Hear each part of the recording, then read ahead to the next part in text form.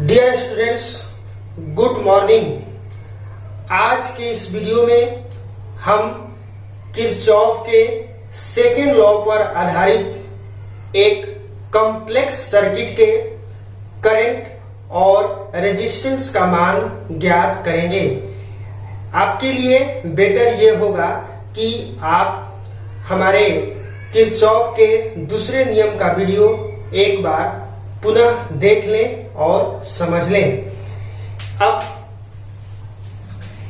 इस Wheatstone bridge में हम देख रहे हैं कि 4 रेजिस्टेंस जो है चतुर्भुज के चारों भुजाओं से जुड़े हुए हैं। इसके साथ ही साथ इसके विकर्ण से भी एक रेजिस्टेंस जुड़ा हुआ है। इस इलेक्ट्रिक सर्किट में एक 14 वोल्ट का सेल भी जुड़ा हुआ है।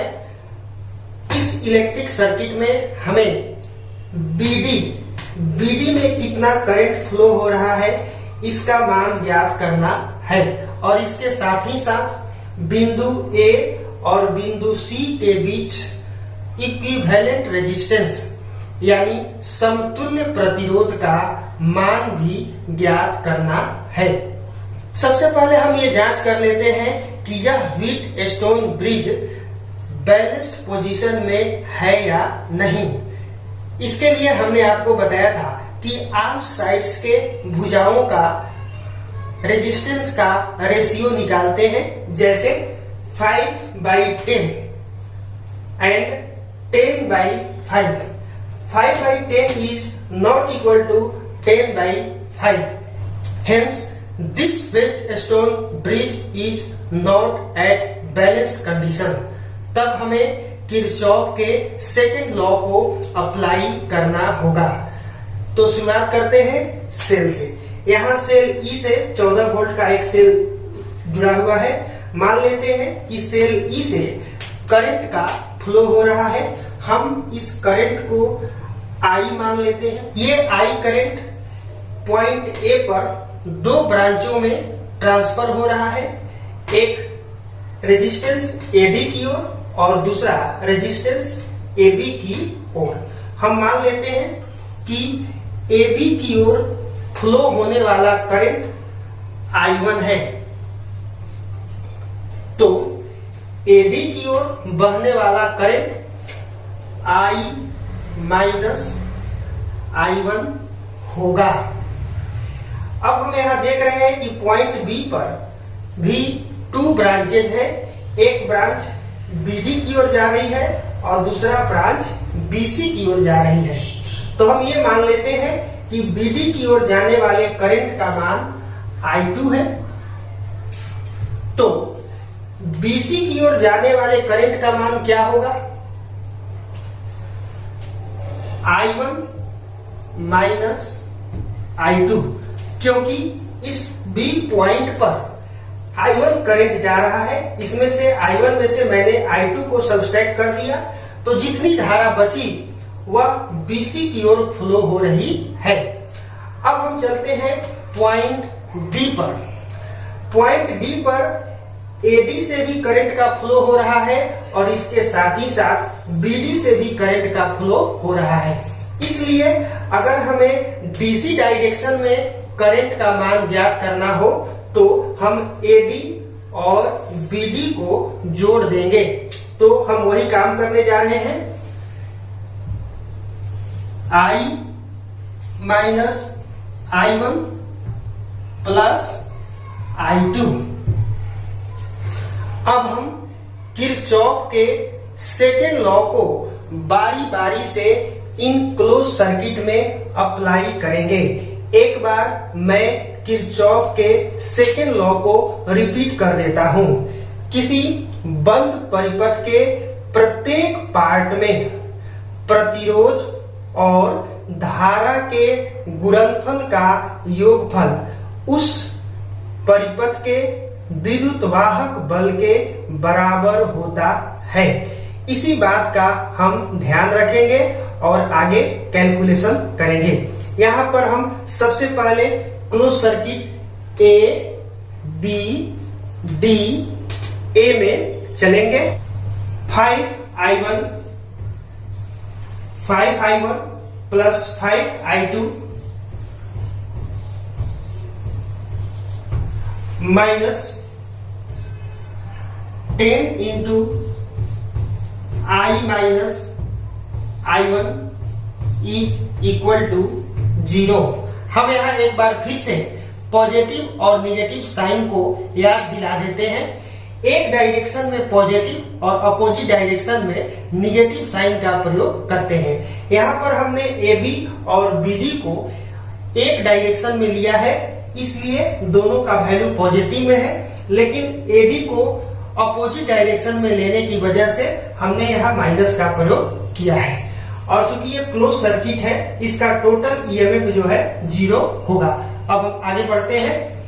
5i1 plus 5i2 minus 10i minus minus plus 10i1 is equal to 0। 5i1 plus 10i1 is equal to 15i1 plus 5i2। मैं माइनस 10i को आरचेस की तरफ में लिख देता हूं, is equal to 10i। Equation first. अब हम इसके सेकेंड पार्ट यानी close circuit B, C, D, B में पुनः किरचॉफ के सेकेंड लॉ को अप्लाई करेंगे। BC पार्ट में रेजिस्टेंस है 10 ओम और करंट है I1 minus I2। CD part में रेजिस्टेंस है 5 ओम और करंट है I minus I1 plus I2। And BD part में रेजिस्टेंस है 5 ओम और करंट है I2। हम यहाँ BC को पॉजिटिव बट CD और BD को निगेटिव डायरेक्शन लेंगे, इसलिए हमने यहाँ माइनस का चिन्ह लगा दिया। Is equal to 0। इसमें कोई सेल नहीं लगा हुआ है। 10i1 minus 10i2 minus 5i minus minus plus 5i1 plus minus minus 5i2 minus 5i2 is equal to 0। 10i1 plus 5i1 is equal to 15i1 minus minus 10i2 minus 5i2 and minus 5i2 is equal to minus 20i2।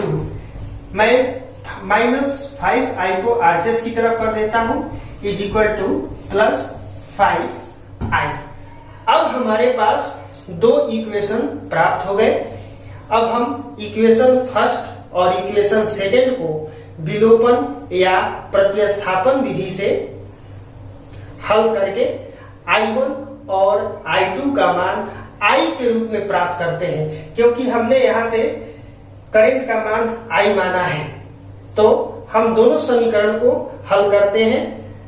विलोपन या प्रतिस्थापन या जो भी आपको सुविधा हो, उसे हल करने के बाद I1 का वैल्यू प्राप्त करते हैं 3/5i एंड I2 का वैल्यू प्राप्त करते हैं 1/5i। अब हम आगे close circuit A, D, C, E में चलते हैं। AD का रेजिस्टेंस है 10 ओम और करंट है I minus I1 plus DC में रेजिस्टेंस है 5 ओम और करंट है I minus I1 plus I2।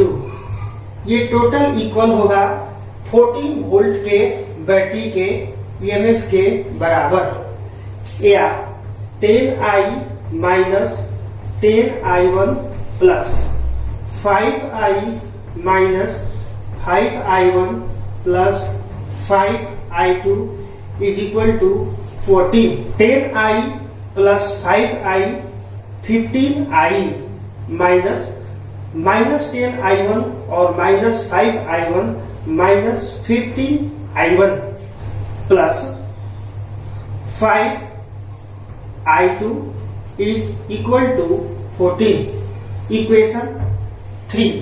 अब हम इस इक्वेशन 3 में i1 और i2 का मान जो पीछे हमने प्राप्त किया था i के रूप में इस समीकरण में रखते हैं, तो हमें i का वैल्यू प्राप्त होता है 2 एम्पियर।